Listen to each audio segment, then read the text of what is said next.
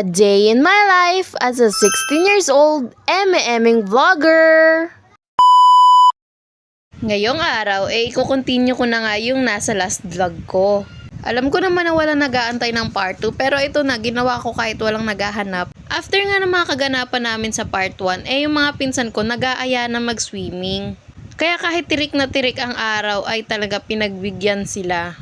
Nauna na nga pala yung dalawang maliliit, kaya itong dalawang malaki yung kasama ko. Ang dagat nga pala ay nasa dulo lang ng kalsada na nilalakaran namin, as in sobrang lapit lang. High tide nga pala nung time na to, kaya parang medyo madumi yung dagat. May mga ilan-ilan kasing mga dahon na nakalutang nung time na yan, kung makikita nyo naman. Sobrang tirik nga din pala yung araw, kaya wala masyadong naliligo. Pero dahil ligong-ligo na tong mga kasama ko, ay siya, ayan sila. Hindi nga pala ako naligo nung time na yan kasi sobrang init and sumasakit din talaga yung mata ko sa ganyang kainit. Yung apat na pinsan ko lang talaga yung mga hindi nagpaawat at lumusong talaga. After ilang minutes, ipinaahon na nga sila kasi sobrang init talaga. And ang kukulit kasi lumalayo sila, alam na high tide at malakas yung alon. Kaya bumalik na lang kami sa bahay, kasama nga pala si Lola Morita. Siya nga pala yung nag-birthday.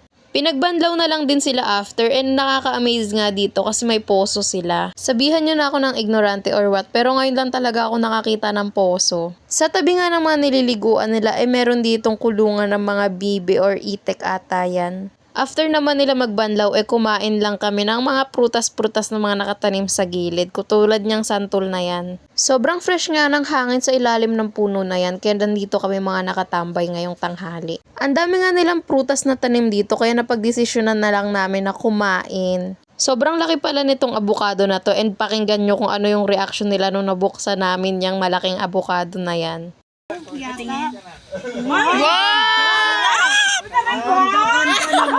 O, diba? Huling-huli sa camera yung ka-OA yan naming lahat. Ilang minuto nga lang after namin makain ng abukado, may nadampot naman yung pinsan ko na suha, kaya talagang kinain ulit. Nakaswerte nga kami dito sa suha na to kasi mas madalas daw na walang laman yung suha, kaya hindi nila pinapansin yan dito. Kaya tuwang-tuwa din talaga kami nung pagkabukas namin, may laman talaga.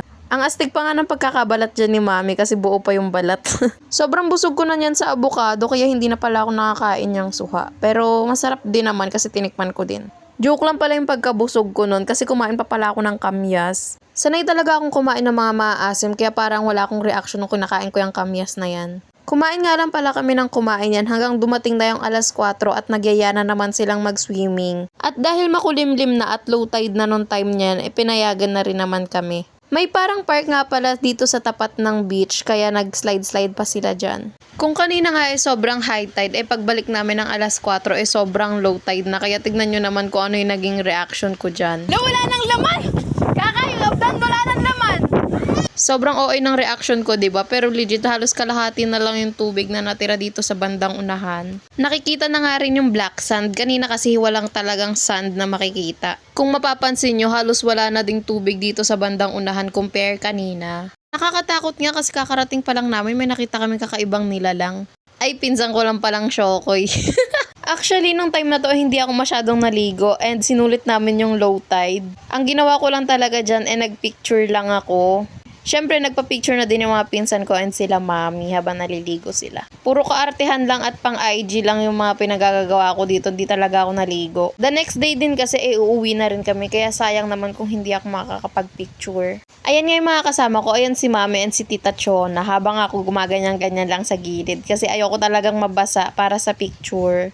Sayang nga kasi makulimlim nung time na yan and wala akong nakitang sunset. So wala akong naging pang IG story na yun. Try nga din pala yung pinsan ko na gumawa ng sun angel. Ganto nga pala yung itsura ng dagat nung pumunta kami nung hapon. Gaya nga ng sabi ko, low tide kaya wala masyadong tubig.